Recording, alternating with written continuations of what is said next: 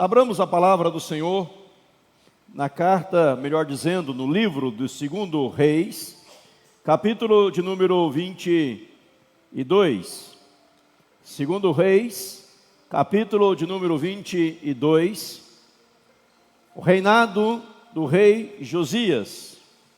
Nesta manhã não estarei dando sequência a Romanos. Apenas domingo que vem, provavelmente. 2 Reis, capítulo 22. O reinado de Josias. Quem achou, diga amém. Verso 1, fique com a sua Bíblia aberta, por gentileza, porque vamos folheá-la. Vamos ler outros versos da palavra no decorrer da mensagem. O verso 1 diz assim: tinha Josias 8 anos de idade, quando começou a reinar, e reinou 31 anos em Jerusalém.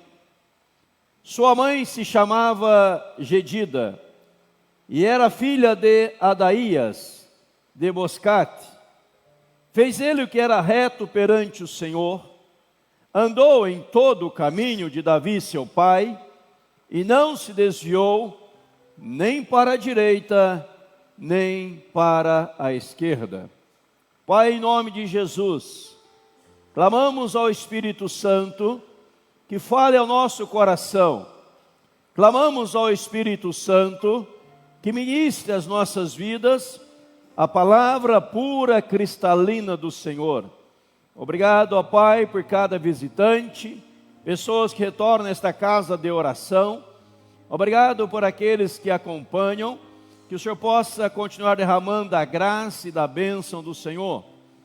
Abençoa as demais igrejas reunidas nesta hora, sustentando e fortalecendo cada uma. É a oração que lhe fazemos de coração, em nome e para a glória de Jesus Cristo. Amém. Este livro da palavra do Senhor, a história dos reis, nos fala aqui de um jovem, de uma criança chamada Josias. E Josias, ele começa a assumir uma grande responsabilidade, conforme o verso 1 diz, aos 8 anos de idade. Era uma criança. Nós ouvimos aqui as crianças cantarem lindamente, participando ativamente do culto. Uma dessas crianças, talvez como Josias, 8 anos, começa a assumir o trono, começa a ser o rei da nação. A palavra de Deus diz que ele reinou ali por 31 anos em Jerusalém. É lógico, é óbvio, é evidente, é claro no texto sagrado, que Josias, com 8 anos, não tinha condições de tomar decisões. Ele era monitorado, ele era auxiliado por as pessoas que estavam ali com ele, os seus auxiliares, aqueles que eram seus tutores, até ter a idade plena da razão para tomar toda e qualquer decisão.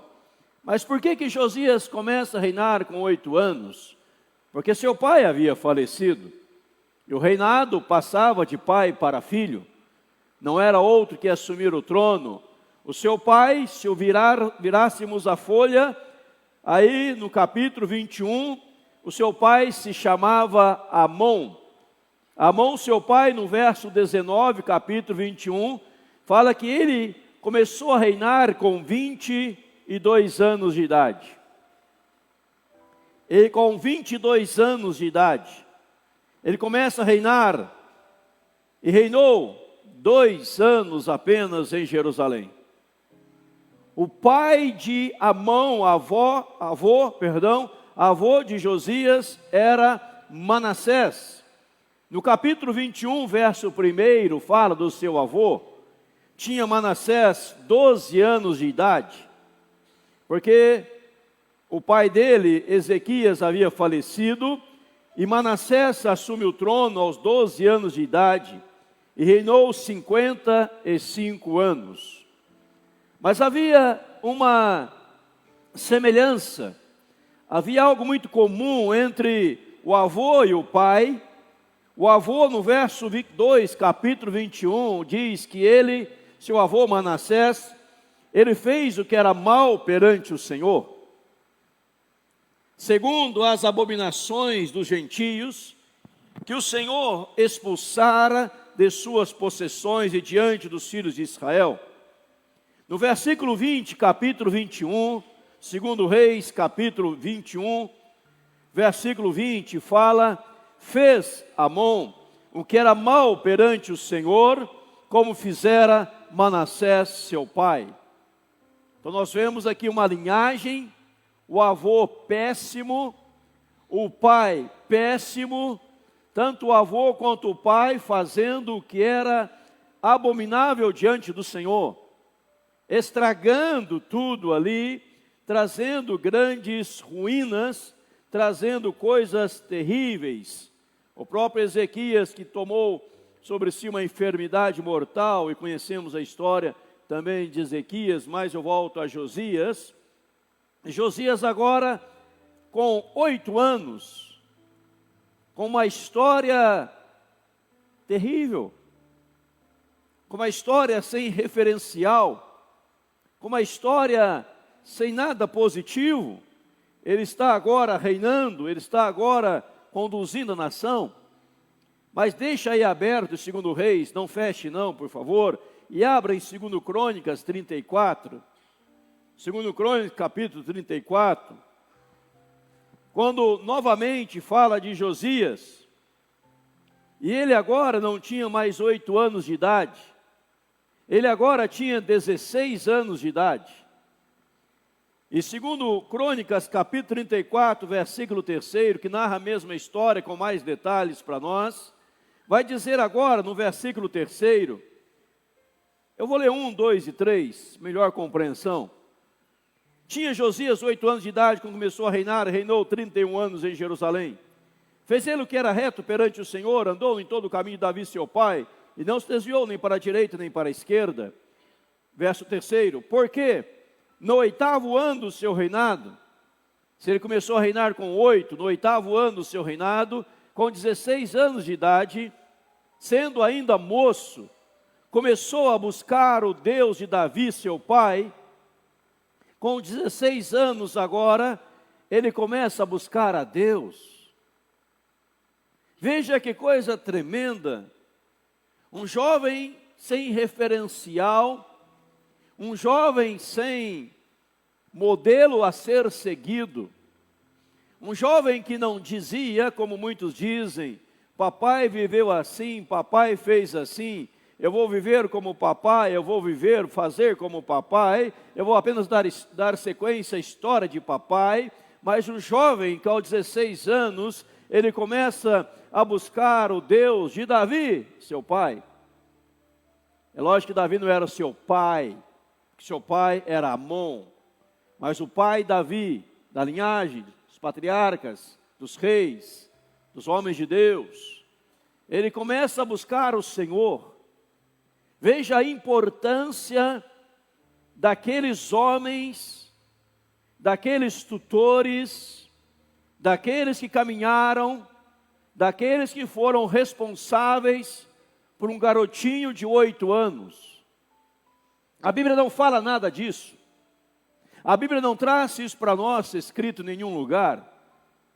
Mas eu posso imaginar, você pode dar asa à sua imaginação, qual cuidado eles tiveram com este homem, com este jovem Josias.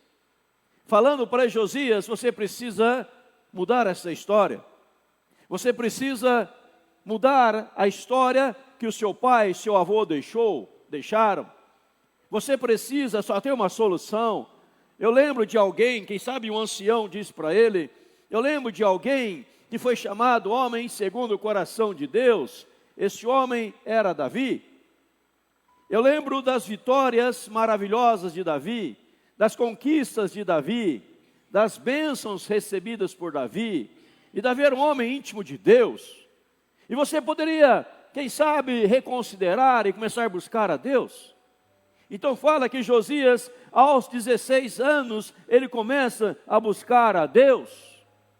Não fecha aí não, por favor, mas veja comigo em 2 Reis, onde você deixou aberto, lá no capítulo 23 agora, no versículo 25.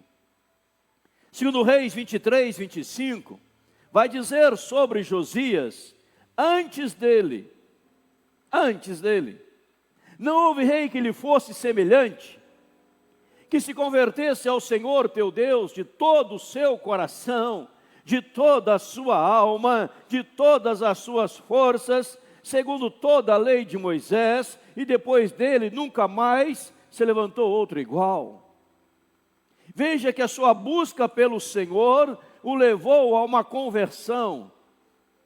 E ele se converte ao Senhor a ponto de 2 Reis 23, 25 dizer que antes dele, nem depois dele, houve rei que lhe fosse semelhante, que se convertesse ao Senhor de todo o coração, de toda a sua alma, de todas as suas forças, segundo toda a lei de Moisés. Ele se compromete com a lei de Moisés, que é Gênesis, Levítico, Número, Deuteronômio, o Pentateuco, 5 primeiros livros da Bíblia. Ele se converte realmente ao Senhor, não algo superficial, não algo para conquistar alguma coisa, ou para receber alguma benesse, não algo para desfrutar naquele comenos que estava vivendo, mas de todo o seu coração. Ele se converte a Deus. O seu coração agora é transformado.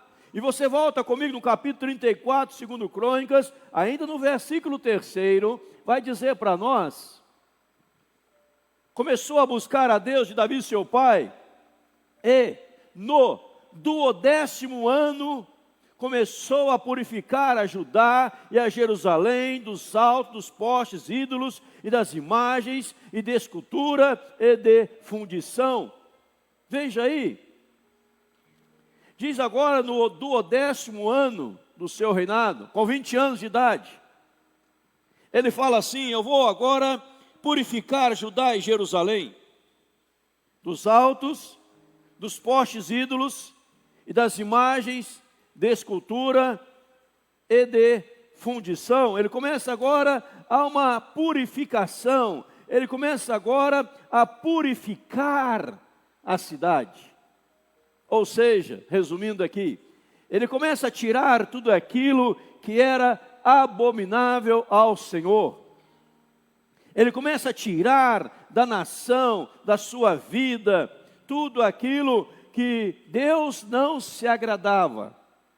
Tudo aquilo que era construído para Baal, que o seu pai Amon, seu avô Manassés havia construído. Aqui vai dizer, se você voltar no capítulo 22, 2 Reis, o tempo não permite, mas vai dizer do verso 8 até o versículo de número 20, e o capítulo, todo o capítulo 23, tudo que ele começa a tirar. Veja que ele está purificando a cidade, ele está afastando o que Deus não aprova. E depois o que Josias faz, no capítulo 22, 2 Reis, no versículo 3º, capítulo 22, fala assim, no 18º ano do seu reinado, ou seja, com 26 anos, 26 anos de idade, ele faz o quê? Ele chama o escrivão Safã, filho de Azalias, filho de Mesulão, à casa do Senhor, dizendo, sobe a Equias, o sumo sacerdote, conte o dinheiro que os trouxeram. Resumindo, no verso 3º em diante, ele começa a reparar o templo, ele começa a restaurar a igreja do Senhor. Lá em 2 Crônicas, capítulo 34, também no versículo 8 em diante, vai dizer no finalzinho do versículo 8º, olha, eu quero para repararem a casa do Senhor seu Deus. E agora ele está reparando a igreja, ele está consertando a igreja. No capítulo 23, 2 Reis, no versículo 4, então o rei ordenou ao sumo sacerdote Ilquias e ao sacerdote da segunda ordem, aos guardas da porta, que atirassem do templo do Senhor. Tirassem da onde? Do templo do Senhor. todos os utensílios que tinham feito para Baal, para o poste Hidro e para todo o exército dos céus, e os queimou fora de Jerusalém, nos campos de Cedrão, e levou as cinzas deles para Betel. Também destituiu os sacerdotes que os reis de Judá estabeleceram para incensarem sobre os altos da cidade de Judá e ao redor de Jerusalém. Verso 6. Tirou também da casa do Senhor o poste Hidro que levou para fora de Jerusalém até o vale de Cedrão, no qual queimou, reduziu a pó. Verso 7. Também derribou as casas da prostituição cultural, que estava onde? Na casa do Senhor, onde as mulheres teciam tendas para o poste Hidro. Verso 11, também tirou os cavalos que os reis de Judá tinham dedicado ao sol, à entrada da casa do Senhor, eram estátuas, perto da câmara de Natã, Meleque, o camareiro, a qual ficava no átrio, os carros do sol queimou. Veja, ele começa a buscar o Senhor, ele se converte ao Senhor, buscando ao Senhor, de todo o coração, toda a sua alma. Ele começa a purificar a cidade, ele começa a purificar a sua nação. Depois ele se volta para a igreja, ele começa a purificar a igreja, ele começa a tirar dentro da igreja o que não era do Senhor, o que era abominável diante do Senhor. E ali estava uma confusão tremenda. Havia prostituição dentro da igreja, prostituição cultural. Havia idolatria dentro da igreja. Postes ao Deus falso, Baal. Havia sacerdotes ao Deus Baal. Ele fala, vamos limpar isto. Mas o que me chama a atenção, no capítulo 22, segundo Reis, quando ele está fazendo esse trabalho de purificação, e o sumo sacerdote Uquias, com o escrivão Safã, está trabalhando no templo. O verso 8 fala assim, então disse o sumo sacerdote Uquias ao escrivão Safã, achei o livro da lei na casa do Senhor. Entregou o livro e este o leu para o rei. Você percebeu? Ele está fazendo um trabalho de purificação, fora da igreja, dentro da igreja, na sua alma já havia feito, mas talvez a pergunta é, o que mais eu tenho que purificar, o que mais eu tenho que tirar, o que mais eu tenho que limpar, e de repente ele encontra perdido dentro da igreja, a Bíblia, o livro da lei do Senhor. Este livro não é escondido, ele é levado ao rei, e o rei ouve a leitura do livro. O verso 11 fala assim, tendo o rei ouvido as palavras do livro da lei, rasgou as suas vestes. É um momento de quebrantamento diante de Deus. Que coisa linda. O verso 13, ide, consultai ao Senhor por mim, pelo povo e por todo o Judá, acerca das palavras deste livro que se achou, porque grande é o furor do Senhor que se acendeu contra nós, porque nossos pais não deram ouvidos às palavras deste livro, para fazerem segundo tudo quanto de nós está escrito. Não há restauração, não há mudança, sem reencontro com a palavra de Deus.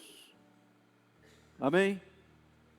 Eu repito, não há mudança, não há restauração, sem um reencontro com a palavra de Deus. E agora ele encontra a palavra do Senhor, ele se quebranta diante da palavra do Senhor. E consequência disso, no capítulo 23, no verso 3, fala, o rei se pôs em pé, junto à coluna, e fez aliança ante o Senhor, para o seguirem, guardar os seus mandamentos, os seus testemunhos, os seus estatutos, de todo o coração, de toda a alma, cumprindo as palavras desta aliança, que estavam escritas naquele livro, e todo o povo anuiu a esta aliança. Veja aqui agora, irmãos, ele encontra a palavra, Ele se quebranta diante da palavra e ele entra em uma aliança com Deus. E chama as pessoas dizendo: pessoal, vamos fazer uma aliança com Deus, vamos cumprir a palavra do Senhor, vamos cumprir o que está na palavra. E agora a história dele, a história da nação, é transformada pelo poder de Deus. Mas há algo terrível ainda, não há algo só bom, mas há algo terrível. Lá em 2 Crônicas, capítulo 34, versículo 33, há algo terrível relatado para nós. E veja bem, 2 Crônicas, capítulo 34, versículo 33, onde diz assim para nós: Josias, aquele que começou com 8 anos, tirou todas as abominações de todas as terras que eram dos filhos de Israel, e a todos quantos se acharam em Israel, os obrigou a que servisse ao Senhor seu Deus. Enquanto ele viveu, não se desviaram de seguir o Senhor, Deus de seus pais. O que é terrível? O que é ruim, péssimo? Enquanto ele viveu, ninguém se desviou. Quando ele morreu, todos se desviaram. Porque eles assumiram compromisso com a liderança de Josias, não com a palavra de Deus nas mãos de Josias. Quando a pessoa não assume compromisso com a palavra de Deus, e o líder morre, as pessoas se desviam. E o próximo rei que se levanta no lugar de Josias, vai dizer a Bíblia: fez o que era mal perante o Senhor. Interessante ler a história dos reis, sempre marca com isso: fez o que era mal perante o Senhor, ou fez o que era bom perante o Senhor. Fez o que era mal perante o Senhor, ou fez o que era bom perante o Senhor. Mas tudo que é feito é perante o Senhor. Mas quando Josias morre agora, as pessoas se desviam, porque faltou a elas compromisso com a palavra de Deus. Anuíram a aliança que estavam sendo conduzidas. Anuíram ao concerto com Deus, que foram levadas, e conforme diz aqui a palavra do Senhor, no versículo 33, 2 Crônicas, capítulo 34, ele os obrigou a servirem ao Senhor. Mas quando a obrigação termina, a responsabilidade termina junto. E o compromisso vai por água abaixo. Seu compromisso tem que ser com Deus. Seu compromisso tem que ser com a palavra de Deus. Talvez diante de tudo isso você está perguntando: pastor, estou vendo lá no painel escrito uma nação consagrada ao Senhor. E o senhor está falando do rei Josias? A nação não vai mudar enquanto pessoas individualmente não passarem a buscar o Senhor. Talvez você aponte o dedo e poderia apontar os 10 dedos, mas se você não começar primeiro individualmente a buscar o Senhor, nada vai mudar. E além de buscar ao Senhor, individualmente, cada um de nós, precisamos de fato converter ao Senhor de todo o coração, toda a alma, todo entendimento, segundo toda a palavra do Senhor. Senão a nação não muda. A nação de Manassés, avô de Josias, a nação na época de Amon, pai de Josias. Manassés reinou ali, nós lemos aqui na Bíblia, durante anos, 55 anos, fazendo coisa errada. Amon reinou 22 anos, né? Amon reinou, 22 anos. tinha Amon 22 anos de idade, quando começou a reinar, reinou 2 anos. Ele tinha 22 anos, reinou 2 anos. O seu pai de Amon, avô de Josias, ele tinha 12 anos e reinou 55 anos. Capítulo 21, verso 1 e o verso 19 vai falar isso. Então, se pegar aqui 55 anos, mais 2 anos, 57 anos, tudo errado. Mas um garoto com 16 anos, ele fala, vou buscar o Senhor. Um garoto com 16 anos, ele se converte ao Senhor. Garoto com 20 anos, ele começa a limpar a cidade, o estado, a sua nação, daquilo que Deus não aprovava. Mas ele vê que só mudar o estado não adianta, se a podridão ainda estiver dentro da igreja. Ele se volta para dentro da igreja agora, para a purificação dentro da igreja. O que aqui não é de Deus, vamos tirar. Ah, tem aqui um poste ídolo, aqui tem uma idolatria, aqui tem uma imagem de escultura, vamos tirar esse negócio da igreja. Não importa se papai e mamãe fez, não importa quem fez, vamos quebrar e vamos destruir. Havia ali o culto, a prostituição cultural, de culto. Ele falou, vamos tirar esse negócio, misericórdia. Ele começa a limpar a igreja. E ao limpar a igreja, ele encontra a palavra de Deus. E ao ler a palavra de Deus, ele se quebranta. E ao se quebrantar, ele faz aliança com Deus. Ele lê a Bíblia para o povo. Mas o povo, quando ele morre, se perde de novo. Não é a história da igreja ao longo dos anos. Olha para a Europa. Olha para a Inglaterra. Tive o prazer de subir no púlpito que John Wesley usava. Tive o prazer de estar na igreja de Martin Lloyd-Jones. Tive o prazer de estar em outros púlpitos de grandes nomes renomados. Mas que morreram e as coisas se acabaram. Porque as pessoas se apegaram a líderes. Quando você olha para Martin Lloyd-Jones, quando eu estive lá também na igreja do grande pregador, homem príncipe dos pregadores, Charles W. Spurgeon, John Wesley, John Knox, tantos outros. Era para as igrejas hoje estarem abarrotadas de gente, era para a cidade, a nação prostrada diante do Senhor. Mas morreram e o povo se perdeu. Os berços da reforma se perdeu. Deixaram entrar o que não prestava, se perdeu. Deixaram tomar posse o que não era de Deus, se perdeu. Porque enquanto não tivermos, como indivíduos, individualmente, um compromisso com a santa palavra, nós estaremos altos e baixos, altos e baixos, altos e baixos. Vem alguém que nos puxa para o Senhor, nós estamos junto com o Senhor, a pessoa morre, a gente desvia. Aí vem outro avivalista, nos leva para a presença de Deus. A gente está avivado da presença de Deus, mas é por causa da pessoa. Mas quando você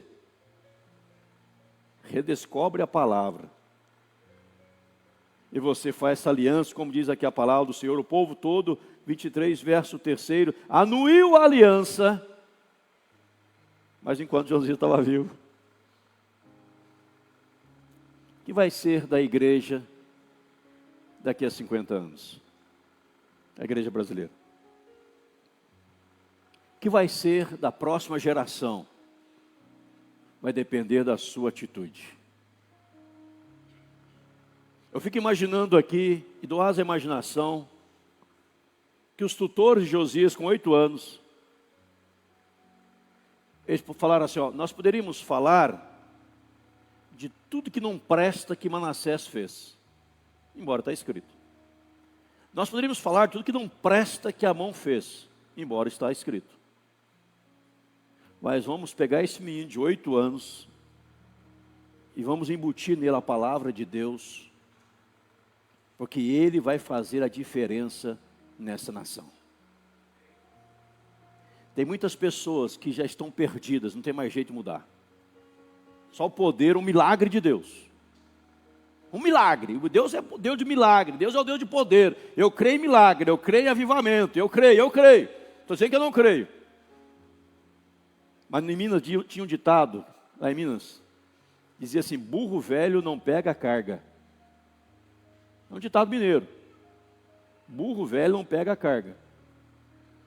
O burro, o animal burro, né? Que foi criado carregando aqueles balaios. Mas se pegou um burro velho que nunca carregou aquilo, querer colocar em cima dele, ele não aprendeu isso, né? Esse é o linguajar. Ele não vai colocar, pegou um cavalo, vamos pegar um cavalo, né, mais bonito. Um cavalo que nunca ninguém montou, o cavalo já está com 20 anos, já morrendo já, quer montar nele, ele não vai deixar, ele não aprendeu. Então burro velho não pega carga. Mas se nós não investirmos nos novos, nos pequenininhos, o mundo estará perdido. Mas se nós investirmos neles, nós recuperamos a nação para a glória de Deus, em nome de Jesus. E esse compromisso começa com você. Comigo, eu, você, tu, eu, tu. Né? Começa com cada um de nós, individualmente. Passar a buscar a Deus, fazendo diferença onde está inserido. Diferença onde está inserido, no contexto que está vivendo. Dentro da igreja, a purificação, a santidade, a consagração, a piedade. Redescobrindo a palavra do Senhor e vivendo a santa palavra de Deus. Aí a nação será consagrada ao Senhor. Pode demorar 1 ano, 2 anos, 3 anos, 10 anos, 20 anos, 30 anos. Mas quando chegar lá com a nova geração, vai ser uma realidade totalmente diferente, em nome de Jesus. Então, quando você vê um pequenininho, invista na vida dele. O ministério que tinha que ter mais recursos da igreja tem que ser o ministério infantil. O ministério que deveria ter a melhor sala da igreja tem que ser o ministério infantil. Porque nós estamos formando a geração do avivamento, do compromisso com Deus, em nome de Jesus. Amém, irmãos? Isso começa individualmente. Não é o que eles estão fazendo. Eu poderia falar das podridões, mas é o que você está fazendo individualmente no seu contexto. Você se corrompe, você se vende, se deixa corromper, se deixa se vender, você mente. Diz atrás uma instituição de renome, tinha que fazer um acerto comigo, de um gasto de viagem. E ela mandou uma mensagem assim: por favor, me mande a nota no valor exato gasto. Eu achei estranho. Eu respondi no ato. Mas como assim no exato momento, no exato valor que eu gastei? Isso não é o normal? E a pessoa de pastor só não sabe o que cai aqui. Então não sabe o que cai aqui. É normal, você gastou R$50, vai ser indenizado R$50. Nota fiscal, certinho. Mas se nós, cristãos, não fazermos diferença, faz uma nota aí de X valor a mais, você está prejudicando a nação. Você faz uso da mentira, João 8,44, está trazendo prejuízo à nação. Devemos ser cristãos, porque se o mundo está em trevas, porque falta luz. Se o mundo perdeu o sabor, porque falta sal. E a igreja é o sal da terra, a igreja é a luz do mundo. Nós precisamos redescobrir a palavra. Precisamos redescobrir o livro santo, em nome de Jesus. E que Deus nos abençoe. Amém?